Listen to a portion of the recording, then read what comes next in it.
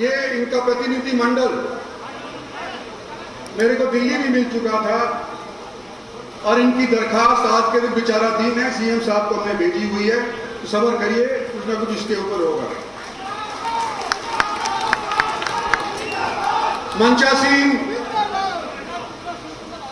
मंचासीन हमारे प्रदेश के प्रभारी श्रीमान विप्लव देव जी, हमारे प्रधान श्रीमान ओपी धनखड़ जी, हमारे मंत्री साहब ओपी यादव जी, हमारे एमएलए साहिबान सुधीर सिंगला जी, संजय सिंह जी, सत्य प्रकाश जरावता जी, सीताराम जी, हमारे भूतपूर्व एमएलए साहिबान श्रीमती बिमला चौधरी, भाई तेजपाल तंवर, भाई जसवंत सिंह और जाकिर हुसैन साहब, हमारे कुछ हल्कों से कैंडिडेट रहे लेकिन एमएलए नहीं बन पाए, उनका भी नाम मैं लेना चाहता हूं। सुनील मूसेपुर, मनीष यादव, लक्ष्मण चौधरी, और भी कोई है तो मेरे जहन में नहीं है तो मैं उसका नाम भूलना नहीं चाहता। जो भी एक्स कैंडिडेट है उनका भी मैं सम्मान से यहां नाम लेना चाहता हूं। जिला प्रधान हमारे गार्गी कक्कड़ जी, प्रीतम चौहान, नरेंद्र भाई पटेल और भूतपूर्व रेवाड़ी जिला के प्रधान भाई हुकमचंद जी, चेयरमैन साहिबान जिला परिषद के, तीनों जिलों के जिला परिषद के चेयरमैन साहिबान आज के दिन शोभा बढ़ाने के लिए जलसे में उपस्थित हुए हैं। ब्लॉक समिति के सभी के जितनी भी ब्लॉक समिति हमारे लोकसभा क्षेत्र के अंदर है उनमें सभी भारतीय जनता पार्टी का परचम लहराया गया है, तो वो भी सारे यहाँ पर हाजिर हैं। म्यूनिसिपल कमेटी के चेयरमैन साहिबान, एक्स मेयर साहिबान हमारे पास दो हैं, विमल जी और मधु आजाद जी। मंचासीन सबका नाम नहीं लिया मैंने, लेकिन सम्मानित मान जो रह गया हो उसका नाम जानबूझ करके मैं नहीं छोड़ा गया। हमारे एक रणबीर सिंह का नाम रह गया था, वो बाद में याद आया। रणबीर सिंह जी का सम्मानित मंच, पार्टी के सभी वरिष्ठ पदाधिकारीगण, हमारे सेक्रेटरी साहब मोहन बडोली जी जो एमएलए साहब भी हैं यहाँ पर इसकी देखरेख के अंदर पूरे तौर के ऊपर पिछले 4-5 दिन से लगे हुए हैं। इलाके की सरदारी भारतीय जनता पार्टी के कार्यकर्तागण और पत्रकार बंधु भाइयों और बहनों, मेरा संबोधन 3 हिस्सों के अंदर मैं बांटना चाहता हूं। पहला संबोधन का हिस्सा यह है कि ये जलसा हम क्यों कर रहे हैं। दूसरा हिस्सा यह है कि हमारी पिछले 9 साल की, 8.5 साल की जो उपलब्धियां हैं उसके बारे में मैं जिक्र करना चाहता हूं। और तीसरा जो चरण है मेरा भाषण का, वो मैं राजनीतिक तौर के ऊपर कुछ चर्चा करूंगा। उम्मीद करता हूं कि आप ध्यान से इस बात को सभी को सुनेंगे। एक और मेरा निवेदन है कि जब मैं बोल सकूं, मेरे बाद धनखड़ साहब बोलेंगे, मेरे साथ उनके बाद विप्लव देव जी बोलेंगे, तो जो मेरा साथी है भारतीय जनता पार्टी का सदस्य है, उनसे निवेदन है कि जब तक कि आखिरी बार जय हिंद ना हो जाए कोई अपने स्थान से हिलेगा नहीं, यहीं बैठे रहेंगे। 1 घंटे के अंदर सारा का सारा मामला हम खत्म कर देंगे। सबसे पहले कारण कि ये रैली लोकसभा की हमने क्यों की। आपको मालूम है, जैसे ही हमारी सरकार भारत के अंदर बनी, जैसे ही दूसरी बार सरकार हमारी हरियाणा के अंदर बनी, कोविड का प्रकोप सारे विश्व के अंदर छाया, देश के अंदर भी छाया। और 3 साल से जो हम छोटी मोटी रैलियां करते थे उसी तक सीमित रहे। बड़ी रैली हम कर नहीं पाए, कोविड का खौफ हमको सताता था, इसलिए हम बड़ी रैली नहीं कर पाए। और सभी 10 लोकसभा सीट थे, 10 के 10 लोकसभा सदस्य हरियाणा के आज के दिन भारतीय जनता पार्टी की टिकट के ऊपर जीते। और इसी महीने के अंदर सभी के जगह लोकसभा लेवल के ऊपर रैलियां आयोजित करी जा रही हैं। आज मैं तो यूं नहीं कह तो सकता कि आपकी रैली सबसे अव्वल है, लेकिन यह जरूर कह सकता हूं कि आपकी रैली किसी से घाट नहीं रहेगी, चाहे बारिश कितनी भी आ रही। और जिन लोगों ने रात के अंदर जब तंबू तप्पड़ उखड़ गए थे,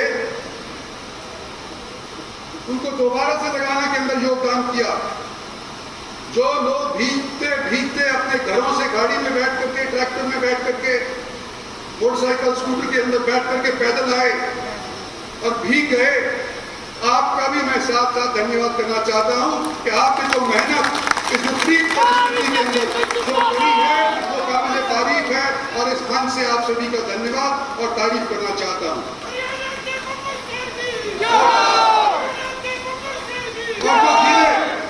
और जो गीले हो गए,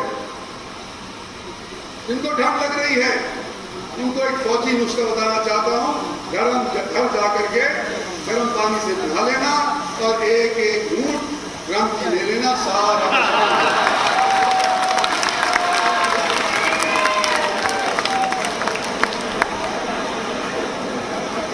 साथियों की रैली हमने यूपी करी है कि देश आज के दिन आजादी के 75वें साल के अंदर, अमृत काल के अंदर प्रवेश कर चुका है। 75 साल देश की आजादी के और 100 साल का जो लक्ष्य हमारी सरकार ने तय किया है वो इस साल से शुरू होगा और 100 साल तक ये चलता रहेगा। भारत किस तरह से तरक्की करेगा, ये हो सकता है हम जैसे बड़ी उम्र वाले देखने को ना रहें जब 100 साल भारत की आजादी के पूरे हों, लेकिन जो आज के दिन जवान बच्चा आज के दिन इसके अंदर योगदान दे रहा है, वो इस चीज का परिणाम भापेगा आज से 25 साल बाद, जब भारत 100 साल का आजाद हो जाएगा। 9 साल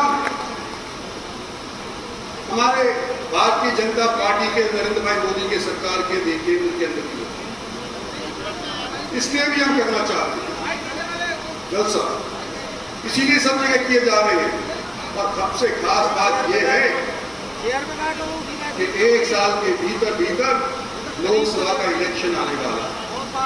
तो जो रैलियां नहीं कर पाए, जो लोगों से बातचीत नहीं कर पाए, जो आंख मिला करके हम आपस के अंदर तवज्जो नहीं कर पाए, वो इस 1 साल के अंदर करने की जो नीयत है हमारी, उस विषय के अंदर हम यहाँ पर चर्चा करना चाहते हैं और उपलब्धियां जो हमारी रही उसके ऊपर भी चर्चा करना चाहते हैं। आप सभी राजनीतिक लोग हो, 5 साल सरकार के होते, कोई भी सरकार चुनी जाए, एक बार 5 साल के लिए चुनी जाती है, तो 5 साल तो सरकार के चलते और 1 महीना इलेक्शन का जनता का चलता है। तो इलेक्शन के दौरान अपनी उपलब्धियां अगर हम गिनवाना भी चाहें तो कोई हमारी बात नहीं मानेगा, ना सुनेगा, लोग पहले से हम बना लेते हैं, लेकिन उपलब्धि आज के दिन गिनवाना जरूरी है। और सबसे पहले मैं हरियाणा के अंदर दूसरे एम्स की बात करता हूं। देश भर के अंदर 22 या 23 एम्स नहीं खुलेंगी। कुल 2-3 ऐसे प्रांत हैं जहां पर एक प्रांत में 2-2 एम्स दिए गए हैं। क्या तो आंध्र प्रदेश के अंदर, क्या आंध्र प्रदेश के 2 हिस्से हो गए, विभाजन हो गया, आंध्र प्रदेश अलग हो गया, तेलंगाना अलग हो गया, या जम्मू और कश्मीर के अंदर, या जम्मू के अंदर एक दी और दूसरी तरफ कश्मीर को उनको एम्स देनी पड़ी। हरियाणा एकमात्र ऐसा प्रदेश है जिसका विभाजन नहीं हुआ, जिसके अंदर इस तरह की डिलिमिटेशन नहीं हुई, जिस तरह से इसके 2 पार्ट कभी नहीं हुए। आज हरियाणा के अंदर, और हरियाणा को ये की खुशकिस्मती है कि हरियाणा के अंदर हमारे को 2 एम्स हैं, एक बादशाह के अंदर और एक माजरा के अंदर।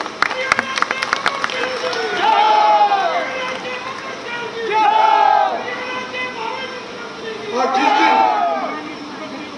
जिस दिन प्रधानमंत्री ने कुरुक्षेत्र के अंदर ये अनाउंसमेंट करी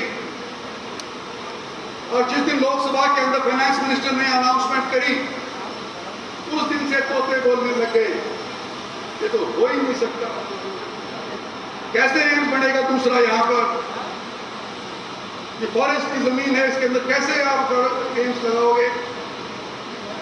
आज माजरा वालों ने वो बीड़ा उठाया है और जो मनेठी वाले नहीं कर पाए थे वो माजरा कर दिए हैं, और जो तोते यूं बोल रहे थे कि हो नहीं सकेगा, अगर ये हो गया तो क्या बोलेंगे।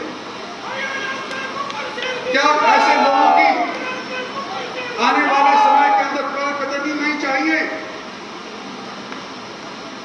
कि पहले से ही शुरू कर दिया कि नहीं होगा नहीं होगा नहीं होगा, और आज हम आपके सामने खड़े होकर के यूं कह रहे हैं कि ये होगा होगा होगा।